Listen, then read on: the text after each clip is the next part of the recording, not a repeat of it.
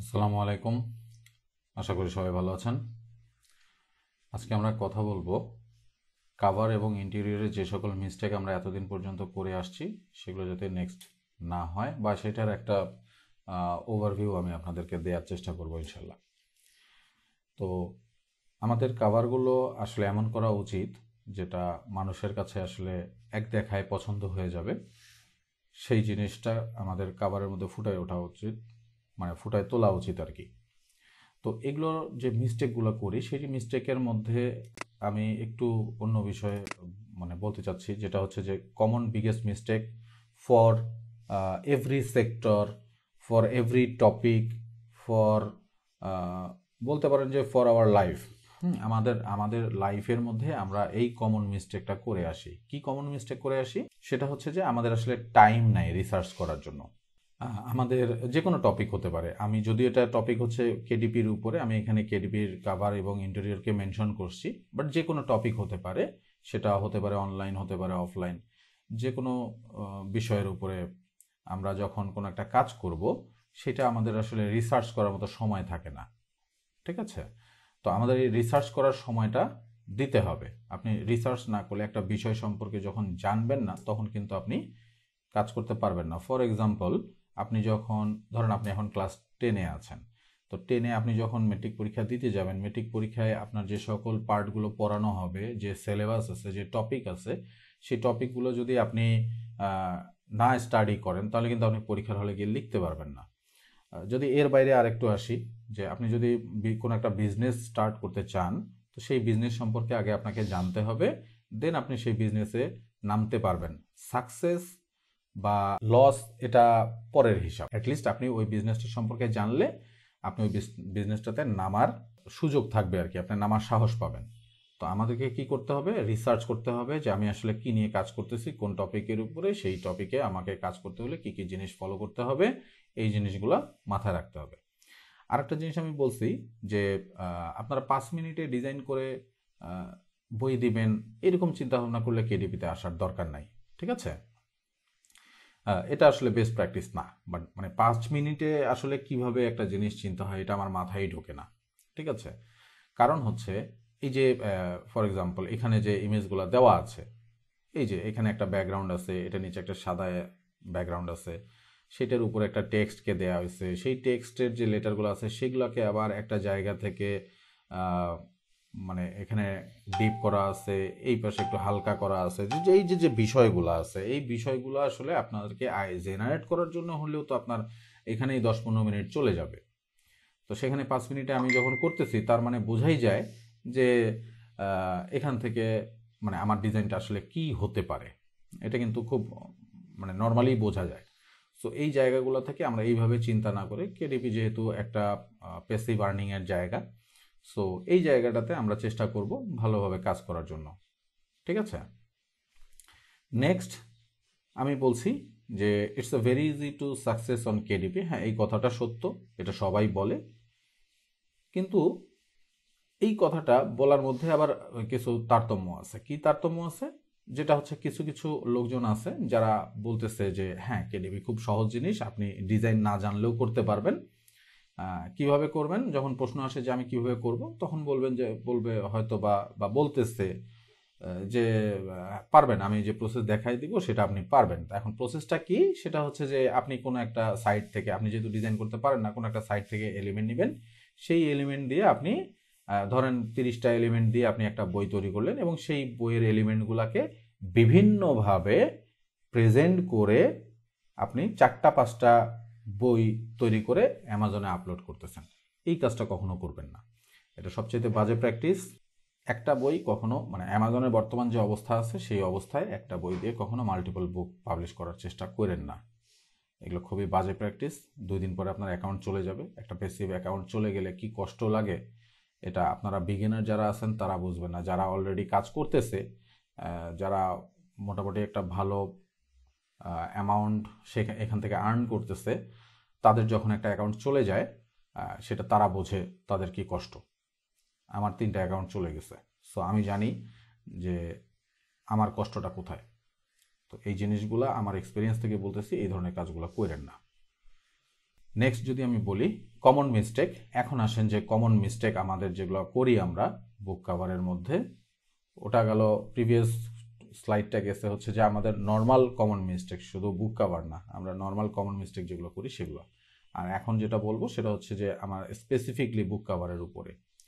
তো এখানে যেটা যে স্লাইডটা দেখানো হচ্ছে, যে আমি বলছি যে you have to think the book cover is the best free marketing tool. আপনাকে চিন্তা করতে হবে যে বুক কাভারটা একটা ফ্রি মার্কেটিং টুল, এইটা আপনাকে চিন্তা করতে হবে। আচ্ছা, এইটা যখন আপনি চিন্তা করবেন, সেটা চিন্তা করার পরে আপনি যখন বইটা তৈরি করবেন, সেখানে আপনাকে চিন্তা করতে হবে যে এই যে এতগুলো বই আছে অ্যামাজনে, ধরেন এই মারমাইডের উপরেই 10,000 বই আছে, তো 10,000 বইয়ের ভিতর থেকে অ্যামাজনের ফার্স্ট পেজ থেকে আপনার ফার্স্ট পেজেও মোটামুটি 48টার মতো হয়তো বই দেখায়। তো এই 48টা বইয়ের ভিতর থেকে আপনার বইটা মানুষ কেন কিনবে, এটা হচ্ছে একটা বিষয়। এটা হচ্ছে ফার্স্ট ইমপ্রেশন। তাহলে আপনার বইয়ের মধ্যে কেন কিনবে, এই কেন শব্দটা আপনার বইয়ের মধ্যে তুলে ধরতে হবে, যে এই জন্য মানুষ আপনার বইটা ক্লিক করতে পারে, অ্যাটলিস্ট ক্লিক করবে। কেনাকিনি পরের বিষয়। আপনার বইয়ের কাভারটা তার কাছে ভালো লাগছে, দেন সে ওখানে ক্লিক করতেছে, ক্লিক করে তারপরে সে নেক্সট স্টেপে যাবে। যদি আপনার ভিতরে ইন্টেরিয়র ভালো থাকে তখন সে হয়তো ওটা কেনার চেষ্টা করবে। বাট আপনার ফার্স্ট ইমপ্রেশন, আপনার যেটা কাভার কি, যদি একটা হিউম্যান দিয়ে বিচার করি, একটা মানুষের পোশাক, আপনি একজনের সাথে দেখা করতে গেছেন, সে কী টাইপের পোশাক পরে আসছে। আরও যদি সহজভাবে বলি, না থাক ওই বিষয়টা না বলি, তো একটা মানুষ কিভাবে পোশাক পরে আসছে, কেমন পোশাক পরে আসছে আপনার সাথে দেখা করতে, আপনি তার সম্পর্কে দেখে কি চিন্তা ভাবনা করতেছেন, এটা হচ্ছে ফার্স্ট ইমপ্রেশন। ঠিক আছে? তো এই জিনিসটা আপনাকে মাথায় রেখে আপনার বুক কাভারটা ডিজাইন করতে পারবে। ফ্রি মার্কেটিং টুল কেন বলছি? ফ্রি মার্কেটিং টুল এই জন্য বলছি যে অ্যামাজন তাদের ওয়েবসাইট, তাদের ডোমেইন হোস্টিং, তাদের মার্কেট, তাদের শপ, তাদের স্টোর, আমাকে একজন সেলার হিসেবে তাদের একটা পার্টনার তৈরি করতেছে, যে তুমি এখানে ডিজাইন করে দিবা, বিনিময়ে তুমি একটা রেভিনিউ পাবা। তো আমার কিন্তু এখানে কোনো কস্ট নাই, আমাকে ডোমেইন কিনতে হচ্ছে না, আমাকে হোস্টিং কিনতে হচ্ছে না, আমাকে কোনো জায়গা কিনতে হচ্ছে না, আমাকে কোনো দোকান ঘর তৈরি করার জন্য কোনো বিল্ডিং তৈরি করতে হচ্ছে না, কোনো কিছু করতে হচ্ছে না, নাথিং। তাহলে এইটা আমাদের ফ্রিতেই কিন্তু আমরা এখানে জিনিসটা দিচ্ছি। আমি কি করতেছি, শুধু সময় দিয়ে আমার ব্রেন, আমার ডিজাইন স্কিল দিয়ে আমি একটা জিনিসকে ডিজাইন করে সেখানে প্রেজেন্ট করার চেষ্টা করতেছি। সো এটা আমাদের একটা ফ্রি মার্কেটিং টুল। সো এটা নিয়ে একটু চিন্তা ভাবনা করবেন। এখানে যে দুইটা কাভার দেওয়া হয়েছে, কাভার দুটার মধ্যে চিন্তা করে দেখেন যে আপনাকে যদি বলি যে আপনি আসলে কোন কাভারটা এখান থেকে চুজ করবেন, তাহলে আপনি কোন কাভারটা চুজ করবেন? আমি ধরে নিচ্ছি যে আপনি ডেফিনেটলি এই কাভারটাকেই চুজ করবেন। তো এই কাভারটাকে চুজ করার কারণ কি? দুইটার মধ্যে ফার্স্ট ইমপ্রেশন আপনার এখানে তৈরি হয়েছে, বিধায় আপনি এইটাকে চুজ করছেন। দ্যাটস ইট, খুব সিম্পল ম্যাথ। ওকে, আমরা নেক্সট মিস্টেকে চলে যাই। Mistake number 2। এখানে আমি বলছি যে হুই ইজ ইউর অডিয়েন্স, আপনি আসলে বই যে তৈরি করতেছেন সেটার অডিয়েন্স কে, এবং what is your targeted age. আপনি আসলে বইটা যে আপনার অডিয়েন্স আপনি সিলেক্ট করলেন যে কিডস বা অ্যাডাল্ট, এবং সেইখান থেকে আপনার টার্গেটেড এজকে কিডস যদি হয়, কিডসের মধ্যেও মোটামুটি 3-4টা ভেরিয়েশন আছে, সেই ভেরিয়েশনগুলো আপনারা খেয়াল করার চেষ্টা করবেন আপনি আসলে কাকে টার্গেট করতেছেন, কিডসদেরকে নাকি অ্যাডাল্টদেরকে। সো এইটা আপনাকে মাথায় রাখতে হবে যে আপনার অডিয়েন্সকে, সেই অডিয়েন্স অনুযায়ী আপনি আপনার বুকটা ডিজাইন করবেন। এবং এখানে আরেকটা কথা বলছি যে make sure your book is comparable and communicative. অবশ্যই আপনার বইটা যাতে কমিউনিকেট হয়। কমিউনিকেট মানে কোনটা, যেটা বলছিলাম যে ফার্স্ট ইমপ্রেশন, হ্যাঁ, যে একটা মানুষকে এক দেখাতেই একটু কন্ট্যাক্ট করতেছে বইটা, যে এই বইটাতে আমি ক্লিক করি, বিষয়টা হচ্ছে এরকম। এবং কম্পেয়ারেবল কোনটা? কম্পেয়ার মানে হচ্ছে যে এই যে দুইটা বই অ্যামাজনের ফার্স্ট পেজে ধরেন 48টা বই আছে, 48টা বইয়ের ভিতর থেকে আপনি একটা বা দুইটা বইকে ক্লিক করতেছেন। আবারও বলতেছি, পারচেজের বিষয়টা পরে, অ্যাটলিস্ট ক্লিক করতেছেন, ক্লিক করে দেখতেছেন। ক্লিক করাটাও তো একটা ভাগ্যের ব্যাপার, সবগুলা বইয়ের মধ্যে তো ক্লিক হবে না। এই দুইটা বইকে যদি আমি বাছাই করতে বলি, তাহলে আপনি তো এইটাতে ক্লিক করবেন, এইটাকে বাছাই করছেন, তাহলে এইটাতেই ক্লিক করবেন। তাহলে এই বইটার কিন্তু কপাল পুড়লো যে এখন এর ভিতরে যত ভালো ইন্টেরিয়রই দেখ, এর কিন্তু কপাল পুড়লো যে এখানে আপনি ক্লিকই করেন নাই। বিষয়টা চিন্তা ভাবনা করার চেষ্টা করেন। এবং কম্পেয়ারেবল কি, এটা একটা কম্পেয়ার সিস্টেম গেল। দেন আর একটা কম্পেয়ার আপনি করতে পারেন যে আপনার কোনো ভাই বা চাচা বাড়িতে যে যদি কোনো ছোট বাচ্চা থেকে থাকে, তাদের প্যারেন্টসদের সাথে বা আপনার কোনো বন্ধু বান্ধব সাথে একটু ডিসকাস করেন যে আমি এই কাভারটা ডিজাইন করছি, এটা কেমন হয়েছে, তারা আপনাকে কি ফিডব্যাক সেইটা দেয় সেটা দেখেন। তো এইভাবে আমরা বইগুলোকে কম্পেয়ার করতে পারি।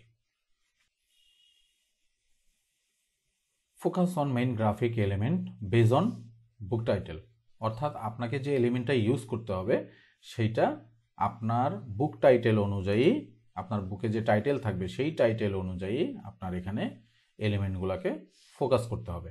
দেখেন এখানে 3টা বই আছে, 3টা বইয়ের মধ্যেই এটা হচ্ছে মারমাইড, তো এখানে মারমাইড রিলেটেড কথা লেখা, মানে এলিমেন্ট তারা দিয়ে দিছে এবং এইটাকে তারা ফোকাস করছে। এখানে আরও আদার্স এলিমেন্ট আছে, বাট আপনার ফোকাস কিন্তু এইটাতে, দেন আপনার চোখ গেছে এইটাতে, ঠিক আছে? তো ঠিক সেইভাবে এখানে সেকেন্ডটাতে যদি আমরা দেখি, এখানেও কিন্তু মেইন ফোকাস কিন্তু একটা এলিমেন্টকে, ডাইনোসর যেহেতু বইয়ের টাইটেল সেই অনুযায়ী এখানে তার একটা এলিমেন্ট দিয়ে দিছে এবং এটার পাশাপাশি রিলেটেড মানে ডিজাইনটাকে একটু ফুটায় তোলার জন্য হয়তো সে পাশে আরও কিন্তু এলিমেন্ট দিয়ে দিছে। এবং এতগুলো এলিমেন্ট দিলেও এইখানে কিন্তু আপনার মেইন ফোকাসটা কিন্তু ডাইনোসরটাতেই আছে। এবং এখানেও দেখেন এই বইটাতেও সেম জিনিস, এখানে একটা এলিমেন্টকে ফোকাস করতেছে। সো আমাদেরকে কি করতে হবে, যে গ্রাফিক এলিমেন্টটা এমনভাবে ইউজ করব সেটা যাতে আমার টাইটেলের সাথে মিল থাকে, টাইটেলের সাথে মিল রেখে আমরা গ্রাফিক এলিমেন্টগুলোকে ফোকাস করার চেষ্টা করব। এখানে বলা হয়েছে যে ফন্ট সিলেকশন, ফন্ট সিলেকশনটা আপনি অবশ্যই এটা একটা মানে আপনার বইয়ের কি বলবো, মানে ফার্স্ট ইমপ্রেশনের চাইতেও এই ফন্টটা আপনাকে একজন অডিয়েন্সের কাছে বলে দিবে যে আপনার বইটা আসলে কোন টাইপের, কোন কোয়ালিটির। হ্যাঁ, এই কথাটা কেন বলতেছি সেটা বোঝাই। Kids choose the funny font আমি এখানে বলছি। তো বাচ্চাদের জন্য অবশ্যই আপনাকে মানে কিউট একটা ফন্ট বা ফানি ফন্ট এই ধরনের জিনিসগুলো ইউজ করতে হবে, ঠিক আছে? এবং আমরা গার্লসের জন্য কী টাইপের ইউজ করতে পারি, এই ধরনের ফেন্সি ফন্ট বা স্ক্রিপ্ট ফন্ট, এগুলো আমরা এই ধরনের ফন্ট ইউজ করতে পারি। গার্লস কোনটাকে বোঝানো হচ্ছে 12 বছরের ঊর্ধ্বে যারা আছে তাদের ক্ষেত্রে, এবং 12 বছরের ঊর্ধ্বে যারা আছে তাদের ক্ষেত্রে এই ফানি ফন্ট বা স্ক্রিপ্ট ফন্টের সাথে আমরা এই ধরনের কর্পোরেট ফন্টও ইউজ করতে পারি। দেন যদি আমরা আসি অ্যাডাল্ট কর্পোরেট স্টাইল, অ্যাডাল্টের জন্য আমি বলছি কর্পোরেট স্টাইলের ফন্ট ইউজ করতে। কোনটা? এগুলোকে কর্পোরেট স্টাইলের ফন্ট বলা হয়, ঠিক আছে? তাহলে এই ধরনের ফন্টগুলো আমরা অ্যাডাল্টের জন্য ইউজ করতে পারি। হ্যাঁ, এখন কথা হচ্ছে যে অ্যাডাল্টের জন্য কি আমরা এই ধরনের ফন্ট ইউজ করতে পারি না? এই ধরনের ফন্টও আমরা অ্যাডাল্টের জন্য ইউজ করতে পারি, বাট কিডসের ক্ষেত্রে আপনারা এই ধরনের কিউট ফন্ট ইউজ করার চেষ্টা করবেন। কিডসের ক্ষেত্রে এই ধরনের ফানি ফন্ট, স্ক্রিপ্ট ফন্ট দেওয়ার প্রয়োজন নাই। তাহলে জিনিসটা অর্গানাইজভাবে তৈরি হবে। দেন আমি এখানে আপনাদের সামনে 4টা ইমেজ নিয়ে আসছি, যে 4টা ইমেজ আপনারা দেখতে পাচ্ছেন যে একদম সেম ইমেজ, বাট এখানে ফন্টের ভেরিয়েশন আছে। কি ভেরিয়েশন? এখানে একটা কিউট ইমেজ দেওয়া আছে, এখানে যে ফন্টটা দেওয়া আছে এটা এটার সাথে ঠিক মতো হয়তো যাচ্ছে না। দেন এখানে যে ফন্টটা ইউজ করা হয়েছে 2 নাম্বার ইমেজের মধ্যে, সেই 2 নাম্বার ইমেজের মধ্যে এটা যেহেতু একটা কিউট এলিমেন্ট, এখানে ব্যাকগ্রাউন্ডে যেহেতু কিউট, এইখানে যে ফন্টটা দেওয়া হয়েছে সেই ফন্টটা একটু ভীতি টাইপ, স্ক্রে টাইপ, মানে হচ্ছে যে আমরা যদি হ্যালোইনকে এটা দেখি তো হ্যালোইন বেজ, এটা ফন্টটা হ্যালোইন বেজ হয়ে যায়। সো এইখানে এই কিউট এলিমেন্টের সাথে এই ফন্টটা যায় না। সো এই জিনিসগুলো আপনাদেরকে মাথায় রাখতে হবে, কারণ এই ফন্টটা যদি আমি দেখি তাহলে অডিয়েন্স হয়তো চিন্তা করবে যে এটা হ্যালোইন রিলেটেড বই। তো যদি এটা চিন্তা করে তাহলে আবার এখানে কি হবে, যে এলিমেন্টটা তো আসলে হ্যালোইন না, অডিয়েন্স কি হবে, কনফিউজ হয়ে যাবে, বা আপনার এই বইটা, এই ফন্টটাই আপনাকে আসলে বইটা বলে দিচ্ছে যে এটা কিউট টাইপের, মানে হ্যালোইন টাইপের বই, কিন্তু এখানে আপনি এমন একটা এলিমেন্ট ইউজ করছেন যেটা আপনার ফন্টের সাথে হয়তো বা যাচ্ছে না, অডিয়েন্স কনফিউজ হয়ে যাবে। দেন আমি যেটা বলছিলাম যে স্ক্রিপ্ট ফন্ট ইউজ করব না, এখানে বাচ্চাদের ক্ষেত্রে স্ক্রিপ্ট ফন্ট খুব একটা বেশি ভালো যায় না। আমি যদি 4 নাম্বার ইমেজে আসি, এখানে এই ইমেজের সাথে মোটামুটিভাবে একটা কিউট টাইপের ফন্ট এখানে সুন্দরভাবে যায়। যদি আপনাদেরকেই বলি যে 4টা ইমেজের মধ্যে কোনটা আসলে আপনাকে ভালো লাগছে, সেটা আপনি এখন চুজ করেন যে কোনটা আসলে ভালো লাগছে। প্রয়োজনে কমেন্ট করে আমাকে জানাই দিবেন যে ভাই আমার কাছে এটা ভালো লাগছে, এবং কেন ভালো লাগছে সেটা এক্সপ্লেইন করবেন। নেক্সট টাইম ইনশাল্লাহ আমি এটাকে সলভ করার চেষ্টা করব। Mistake number 5, font size. আমাদেরকে কি করতে হবে? ফন্ট সাইজ ঠিক করতে হবে। কি ফন্ট সাইজ ঠিক করব? আমরা একটা টাইটেল নিব, যে টাইটেলটা একটু বড় আকারে হবে। দেন আমরা সাবটাইটেল নিব, সাবটাইটেলের হেডিংটা একটু ছোট হবে, এবং আমরা নর্মালি একটা ধরেন ইমেজ দিলাম। দেওয়ার পরে আমাদের যে রেগুলার ফন্টগুলো থাকবে, অর্থাৎ যদি আমি বইয়ের মধ্যে কোনো সাবটাইটেল দিতে চাই বা অথর নেম লিখতে চাই, সেক্ষেত্রে আমরা এই ধরনের রেগুলার ফন্টগুলো দিব।